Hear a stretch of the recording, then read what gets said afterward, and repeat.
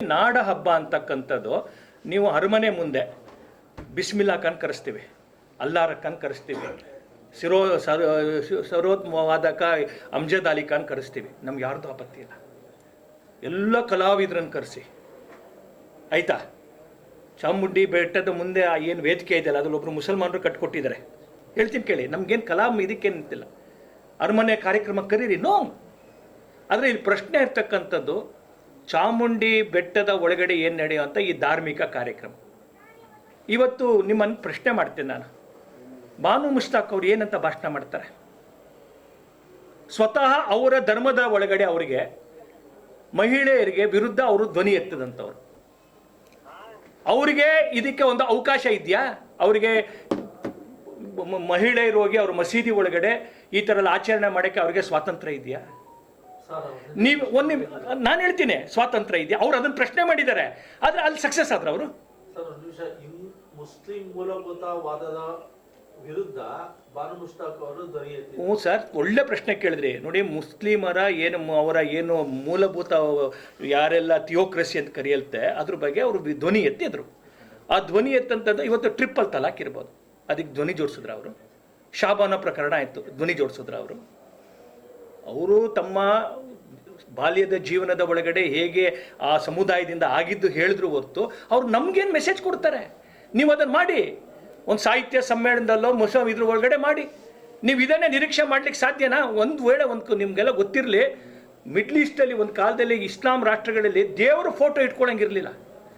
ಭಾರತದಿಂದ ಯಾವ್ದಾದ್ರು ಪೋಸ್ಟ್ ಹೋಗಿದ್ರೆ ಸ್ಟ್ಯಾಂಪ್ ಇರೋದು ಇಂಡಿಯಾ ಸ್ಟ್ಯಾಂಪ್ ಇತ್ತು, ಆ ಸ್ಟ್ಯಾಂಪನ್ನು ಕಿತ್ತಿ ಕೊಡೋರು.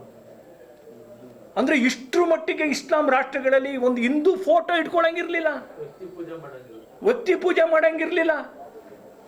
ನೀವು ಯಾವ್ದಾದ್ರು ಊಹಿಸ್ಕೊಳಕ್ ಸಾಧ್ಯನಾ? ವ್ಯಾಟಿಕನ್ನಲ್ಲಿ ನಮ್ಮ ಒಬ್ರು ಮಠಾಧೀಶರನ್ನ ಮುಖ್ಯ ಅತಿಥಿಯಾಗಿ ಕರೀಲಿಕ್ಕೆ ಸಾಧ್ಯನಾ?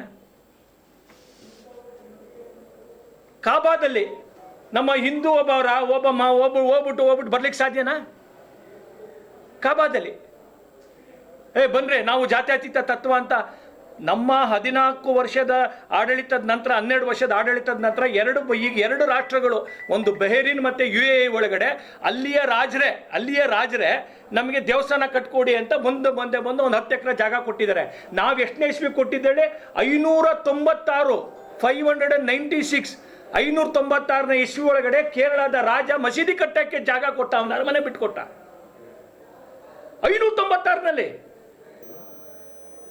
ಛಲ ಅಂತ ಹೇಳ್ತೇಳಿ, ಛಲ ಡೈನೆಸ್ಟ್ರಿ ಎಲ್ಲಿ? ಕೇರಳದಲ್ಲಿ.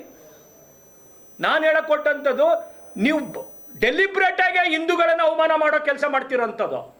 ಯಾರೋ ಒಂದಷ್ಟು ಜನ ನಿಮ್ಮ ವಿಚಾರ ವ್ಯಾಧಿಗಳು ನಿಮ್ಮ ಜೊತೆ ಸುತ್ತ ಇರೋರು ಹೇಳ್ತಾರೆ ಹಿಂದೂಗಳಿಗೆ ಅಸಂತೋಷಕ ಅಂತಾರೆ. ಇದಕ್ಕೆ ಏನಂತಂದರೆ ಇದು ಯಾರ್ದೋ ಒಂದು ಸ್ಯಾಡಿಸ್ಟ್ ಮನೋಸ್ಥಿತಿ ಇವ್ರದ್ದು. ವಿಘ್ನ ಸಂತೋಷಿಗಳು, ಯಾರನ್ನೋ ನೋವು ಮಾಡಿ ಹಿಂದೂಗಳನ್ನ ಚಡ್ಪಡಿಸ್ತ ನೋಡಿ, ಇದೆಲ್ಲ ನೋಡಿ ಇವರು ಸಂತೋಷ ಪಡೋಂಥ ಜನಗಳು ಕಾಂಗ್ರೆಸ್ಸಿಗರು.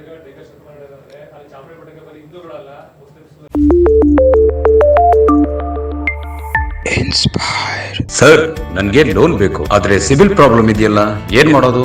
Don't worry sir. ಹೌದು, ಇನ್ಸ್ಪೈರ್ ಬಿಸ್ನೆಸ್ ಸೊಲ್ಯೂಷನ್ಸ್ ವತಿಯಿಂದ ನಿಮ್ಗೆ ನಿಜವಾಗ್ಲೂ ಲೋನ್ ಬೇಕಾ?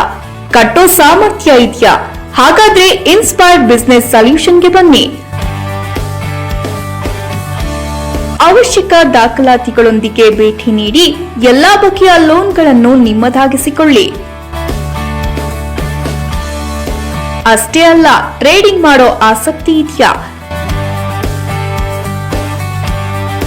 ಮೆಡಿಕಲ್, ಎಂಜಿನಿಯರಿಂಗ್, MBA, PUC ಸಂಬಂಧಪಟ್ಟ ಸೀಟ್ಸ್ಗಳು ಹಾಗೂ ಉದ್ಯೋಗಾವಕಾಶಗಳು ಅವಶ್ಯಕತೆ ಇದ್ದಲ್ಲಿ Inspire business solution is the best choice. All in one ಸೊಲ್ಯೂಷನ್ಗೆ ಇಂದೇ ಸಂಪರ್ಕಿಸಿ. Inspire business solution, RS plaza, NS road, Lakshmipuram, Mysuru. ಕಾಲ್